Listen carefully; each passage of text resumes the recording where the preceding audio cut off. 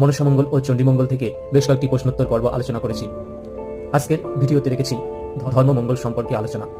ধর্মমঙ্গল কাব্যটিতে কার মাহাত্ম্য কথা প্রচার হয়েছে, এই কাব্যের শ্রেষ্ঠ কবি কে, তার বাসস্থান, তার কাব্যের নাম ও বিভিন্ন শতক অনুযায়ী সেই সব কবি ও কাব্যের নাম এবং মঙ্গল কাব্যের মূল কাহিনী কি, এখানে সংক্ষিপ্ত করে আলোচনা করে তারপর আমরা এই প্রশ্নোত্তর পর্বে প্রবেশ করব। বিষয়টা একটু ব্যাখ্যা করবে? বাংলা মঙ্গল কাব্যধারায় একটি অন্যতম শাখা ছিল ধর্মমঙ্গল। ধর্ম ঠাকুরের মাহাত্ম্য কীর্তন করে এই কাব্য গড়ে উঠেছিল। আনুমানিক খ্রিস্টীয় পঞ্চদশ শতাব্দীতে এই ধারার আদিকবি ময়ূর ভট্ট বর্তমান ছিলেন। তার কাব্যের নাম ছিল আকন্দ পুরাণ। মঙ্গল কাব্য কার মাহাত্ম্য রচনার জন্য রচিত? উত্তর, ধর্ম ঠাকুরের। 2. ধর্মমঙ্গল কাব্য ধারার আদিকবি কে ছিলেন? উত্তর, ময়ূর ভট্ট। 3. ময়ূর ভট্ট কোন সময়ের কবি ছিলেন? উত্তর, আনুমানিক খ্রিস্টীয় পঞ্চদশ শতাব্দী। কাব্যের কাহিনী সংক্ষিপ্ত সাক্ষী এখানে একটু বলে রাখি। গৌড়ের রাজা নিজের সেবিকা লম্বাবতীর সঙ্গে বিপত্নিক সামন্তরাজ কনসেনের বিয়ে দেন। এতে পাত্রীর দাদা অর্থাৎ মাহমদ